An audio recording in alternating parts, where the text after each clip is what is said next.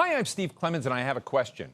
As Israel maintains a stranglehold over Gaza, does the Trump administration have a strategy that could end the starvation and end the conflict? Let's get to the bottom line.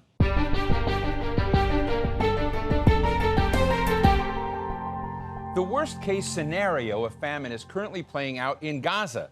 That's at least how food security experts working for the United Nations are describing it. More than 60,000 Palestinians have now been killed by Israel as the war in Gaza approaches its second year. Millions of Palestinians have been displaced from their homes, and essential services have essentially collapsed. A U.S.-Israeli food distribution system that was meant to replace the UN system has been a disaster, with hundreds of Palestinians killed while trying to get a bit of food. And as ceasefire talks between Hamas and Israel drag on, France has said that it would recognize Palestinian statehood this fall, and the United Kingdom now says it might follow suit. And the U.S. has dismissed this as a publicity stunt. So what, if anything, is being done to end the nightmare for Gaza? And what calculations is the Trump administration now making? Today we're talking with Mark Pfeifle, a Republican strategist and former Deputy National Security Advisor, and David Bolger, a Democratic strategist and former official at the Defense Department and State Department. Gentlemen, thank you so much for being with us. This is a tough subject, and we're all watching it on TV, live every day.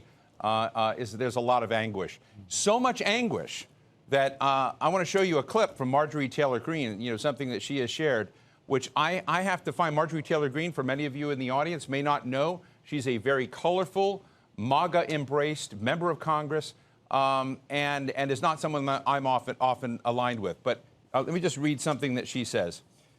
She's commenting about another member of Congress whom she's criticizing, a Republican. She said, "It's the most truthful and easiest thing to say that October 7th in Israel was horrific and all hostages must be returned, but so is the genocide, humanitarian crisis, and starvation happening in Gaza." I find this remarkable. I actually thought it might be fake news. But this was Marjorie Taylor Greene using the word genocide. And I'm just interested, Mark, you know these folks, you know the Republican Party. Are we seeing the first big split in the GOP when it comes both to Israel and how to manage and frame this horrible crisis in Gaza right now? So I don't think Marjorie Taylor Greene has a lot of coattails necessarily. I think she's seen as a bit of fringe out there. But I think to a lot of activists and MAGA people, people look at her and have a lot of respect for her and her viewpoints. So I do think that it is a challenging thing for the Trump administration to figure out what do they actually do. It's one thing for Mr. Trump to say, wrap it up to Mr. Netanyahu. It's another thing to actually go in and say to Israel, we are going to stop arming you. We're going to stop providing the weaponry that you're using in Gaza and other places. That's really what it's going to have to take. Let me just challenge you on that a minute. A week ago, I could not have imagined either Marjorie Taylor Greene making that statement or President Trump beginning to express very human concern for some. We've had this conflict going on for quite a bit of time. The president has joked about, the Riviera on the Middle East of moving and displacing a lot of people and bettering their lives in lots of ways. So there has, in my view, been a kind of combination of callousness or a lack of information or at least care for the Palestinian side of this equation. So these are two remarkable statements that in the last week, I think you're saying they're not really game changers because they may not substantively change the flow of arms or the partnership with Israel. But it does say something about the temperature. I think it is that Mr. Trump is actually showing some heart, which I don't think he does a whole lot. He's a business guy who kind of operates on a different wavelength than like pulling at the heartstrings and looking at the heartbreaking things that are going on in Gaza right now. I think it's just the continuation. We know that he watches cable news. We know that he watches television. I think he's seeing these images coming out of Gaza, and I think it is having an impact on him. But I still hold true that until Mr. Trump actually says to Israel, to Prime Minister Netanyahu, no more armaments, no more aid, stop this right now, I don't think that a lot is going to happen. I think a lot of this is Donald Trump talking at a news conference where he holds court with the UK Prime Minister for over an hour. And of course, he's asked about it and he talks about it. So I wish and I hope that would have more of an impact on Benjamin Netanyahu, that he would come across and he would find some ways to end this now in a way. I would hope that Hamas would let the hostages go and released. I would hope that the people that are stuck, The actual Palestinians that are stuck in the middle of this, between Hamas and between Israel, they're the ones suffering right now, and it's horrific. David, how do you see Representative Marjorie Taylor Greene's statements, and how are you feeling? I mean, you're on the Democratic side of this equation, but were you shocked by some of the sentiments you were hearing? Well, first of all, I want to say to Mark that hope does not a strategy make. There's a lot of words, and I would say that's true for, I'm surprised that Marjorie Taylor Greene, that I would be agreeing with anything she said, but in this case, I think it's yes, it is genocide, and it needs to be dealt with, but no one's dealing with it. This is what President Trump, he makes these comments about how we're going to have these little centers, these market centers, without any fences around it and everything, which of course is virtually impossible. Well, I want to play that clip. Let's take a moment Sure. and listen to President Trump in his own words. Describe food distribution and what he hopes to achieve. So we're going to set up food centers and where the people can walk in and no boundaries. We're not going to have fences, and they can't. They see the food from 30 you would say yards away, and they see the food. It's all there, but nobody's at it because they have fences set up that nobody can even get it. It's crazy what's going on over there.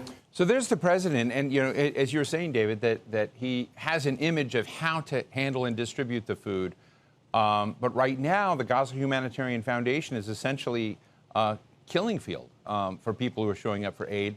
And I'm wondering what the gap is, why there is a gap between the president who has a very clear vision of distributing food and dealing with the starvation problem, and the way we're doing it today with a lot of U.S. money engaged in the distribution with the Gaza Humanitarian Foundation. Well, first of all, he doesn't know what he's talking about. I mean, the president in this case, I think he's envisioning that he's walking down Fifth Avenue and seeing that, we're going to have farmers markets right on the street and people can just grab it and everything's free and all that stuff. He's not envisioning what is really happening. The images that you've had behind you running, this starvation, this is horrific. These are situations that is going to put us in the category of the Holocaust, put us in the category of the Ottoman Empire and the Armenian genocide. I mean, this is just the worst of the worst. And what's happening right now, though, is it's all talk. People are only adding talk to this, at least in the United States, that we're seeing. And it's not solving the problem. We as a nation know how to do logistics. We know how to get a product from A to B to Z. But why can't we get the millions of dollars that we have given, as well as other nations have given to the UN? Why can't that be delivered more successfhave? Again, also without being shot. I mean, the people who are just have hunger and are starving and are thirsty because they cut off the water, they don't know where to go, but yet they're dealing with being shot at. They're not fast enough. This is just the worst of the worst. Well, I want to, commit. I mean, I'm sort of struggling with what matters and what doesn't, whether there's any real tectonic change in attitudes. But there's another bit of information that happened this week, and we have a clip where Senator Chris Van Hollen is talking to a retired Special Forces Lieutenant Colonel named Anthony Aguilar. And Anthony Aguilar went and decided to be helpful and join and support the Gaza Humanitarian Foundation in food distribution. So he has military background. He's a former he's a U.S. soldier. And I'd love to hear him. But Chris Van Hollen has been on this show numerous times and talked about American complicity in the humanitarian disaster that's unfolded. And I just want us to listen to this and get your reaction. The people that we promised that we're going to bring food to, that we're going to feed, not only are we not feeding them adequately, we're not providing enough. Right now, the Gaza Humanitarian Foundation has achieved 82 million meals delivered into Gaza. They've been doing that over as of today, 60 days of distribution. So at the rate of what the UN was doing, they are operating at a performance rate of 3%. Again, trying to get my head around this. If this individual is correct and the aid distribution system is delivering at 3% of what's required and what we had been delivering, and on top of that, if you hadn't seen it, these are essentially opportunities to take out various people that are lining up to get food, and we've lost over 1,000 Palestinians lining up to get food, under the comment that they are somehow concealing Hamas fighters, or that Hamas is somehow stealing the food, et cetera, et cetera. Yeah. So I I guess that they've had. I'm sorry. That's a charge that That's a that the charge that has Israelis been have made. that, No evidence that we've seen, but I just want to put it all on the table. But I guess my question is, when you listen to these various pieces, it comes back to the question again: is this moment mattering? Is this an inflection point, or are we going to be talking about this dire, horrible ulcer for another 6 months without resolution? So I think that it's quite possible that we will be talking about this. I think to go with your earlier question, the Marjorie Taylor Greenes, the Tucker Carlson, kind of these elements of the Republican coalition, the MAGA movement, that are more isolationist, that are more let's end this and get out of these types of things. If those people actually start talking and fighting back and getting in Mr. Trump's ear and saying, let's end this now, it's going to hurt you. The Republicans already have a pretty stiff headwind against them when they go into their elections next November. It's probably going to be very bad. They're doing some dramatic things, trying to change the topographical map of Congress in states like Texas. They're going to extreme matters, where what Mr. Trump could do and the Republicans could do is end some of these activities that are going on, such as the war in Gaza, such as focusing like a laser beam on the economy instead of on these trade wars. And Mr. Trump might have to start making some real important movements like that, or he's going to see his very thin congressional majorities in both the House and the Senate completely disappear. And for 2 years of Donald Trump with a Democratic House and Senate leadership, I think will be very difficult.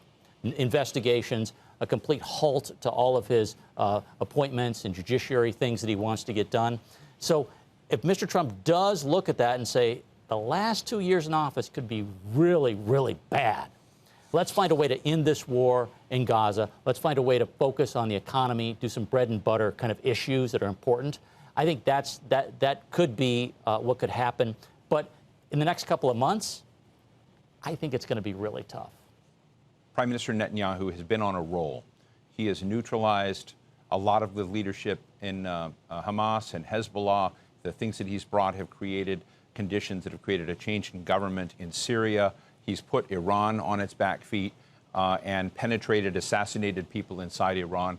To some degree, you could say Benjamin Netanyahu is on an intelligence and national security role like Israel hasn't seen in decades. On the other hand, you can also argue, as both a senior Biden administration official and a senior Trump administration official both told me essentially the same thing, Israel has no off switch. United States is its off switch. And we saw that when Donald Trump snapped his fingers and said, pull those bombers back. Do not mess up what I put together on Iran. And so we saw the United States president tell Israel no, and that happened. Mark, why isn't this happening now? Why isn't there a snap of the fingers happening with regards to this? What has happened in American society that we are part of the story, and yet we seem unable to bring it to a definitive close? I think that's the challenge, and you've articulated it very well, is the United States and its relationship with Israel is so close and knit up very, very closely, especially Donald Trump and Benjamin Netanyahu. They've kind of both been through the wars, the culture wars, the electoral wars. And so I think they have a bond in some ways that I think brings them close together. And I also think that Mr. Trump also is kind of, he wants to ride Mr. Netanyahu's kind of successes to a degree as well, as he sees himself as helping with taking out these Iran nuclear sites, for example, pushing back the rebels and the Houthi pirates and that sort of thing, assisting with the armaments to take on Hezbollah and Hamas and that sort. So I think that he enjoys that aspect of it. And I think also he doesn't necessarily think Mr. Netanyahu at this point should be second guessed in some ways, which I think it would be good for Mr. Trump. Maybe privately he's having these conversations with Benjamin Netanyahu and saying, okay, let's bring this to a close. Let's actually do a strategy. We've eliminated layers of Hamas leadership. We see the difficulties that are going on right now, as we've talked about, with getting aid and medicine and energy and whatnot to the Palestinians. Let's wrap this up now. And I just think that's something that Mr. Trump has not wanted to do, partially because maybe Mr. Netanyahu does not listen to him, and Mr. Trump wants to be the superior alpha male in this environment.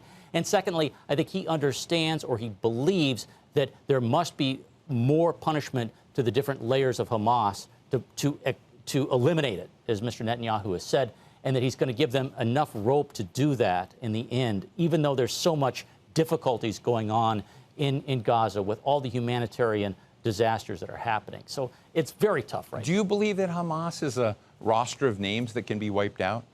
So I think that's the problem we have. You know, we saw that with Al-Qaeda, for example, with ISIS, is you can take out the number 2, the number 3, the number 4th in charge, but at the end of the day, you can't kill yourself to victory. I think we've seen some helpful things, for example, with Saudi Arabia and Egypt and Qatar saying that Hamas should disarm.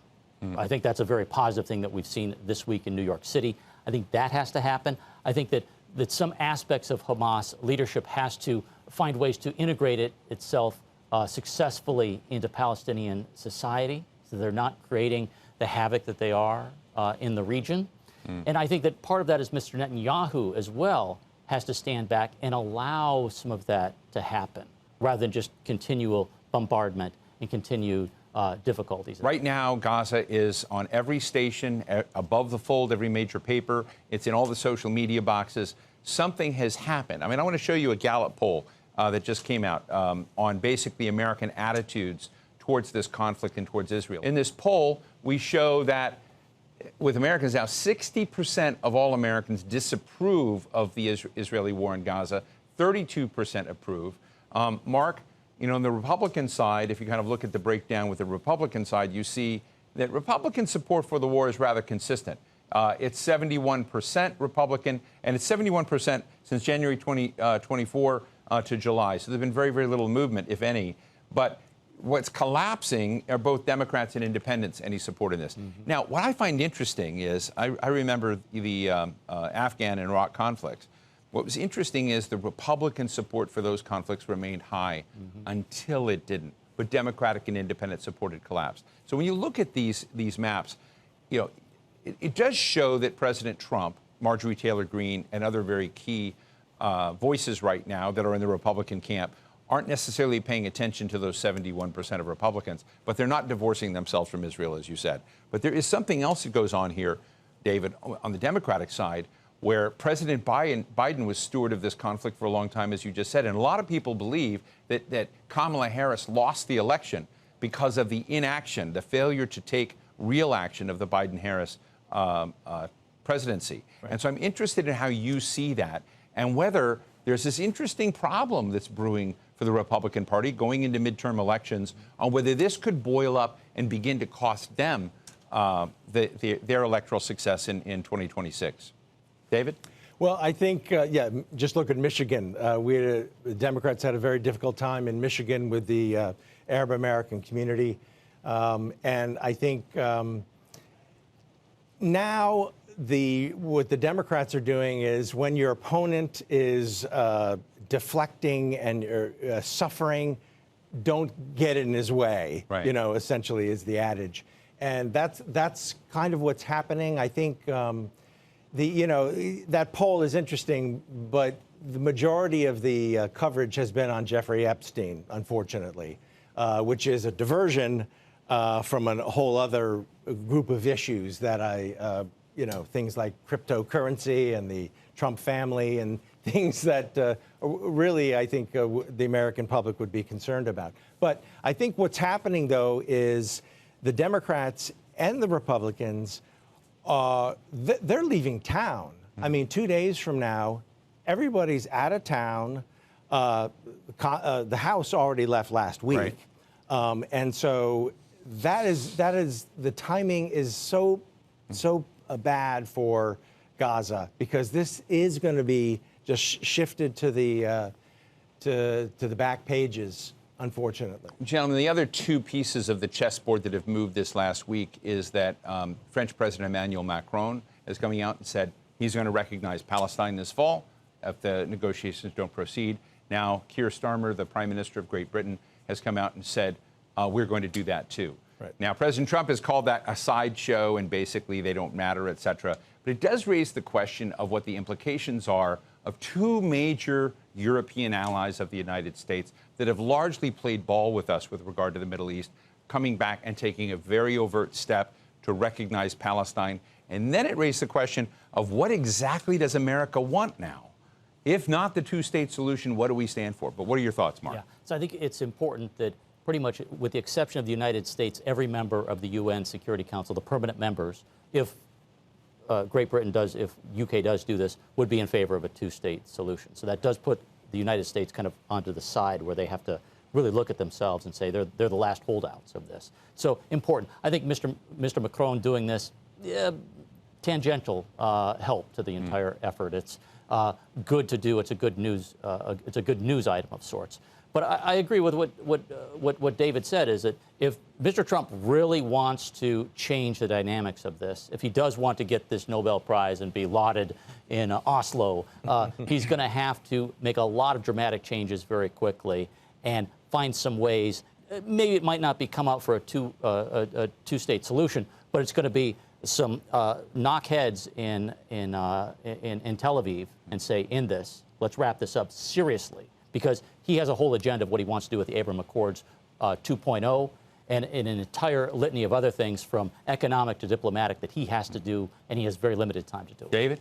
Well, you know, he has a top real estate investor, financier, Steve Witkoff, as his lead negotiator. Maybe he should probably, not that I'm supporting Secretary of State Rubio, but why don't you get a real diplomat up there to deal with these negotiations? He needs to roll up his sleeves, essentially, over the next 10 days.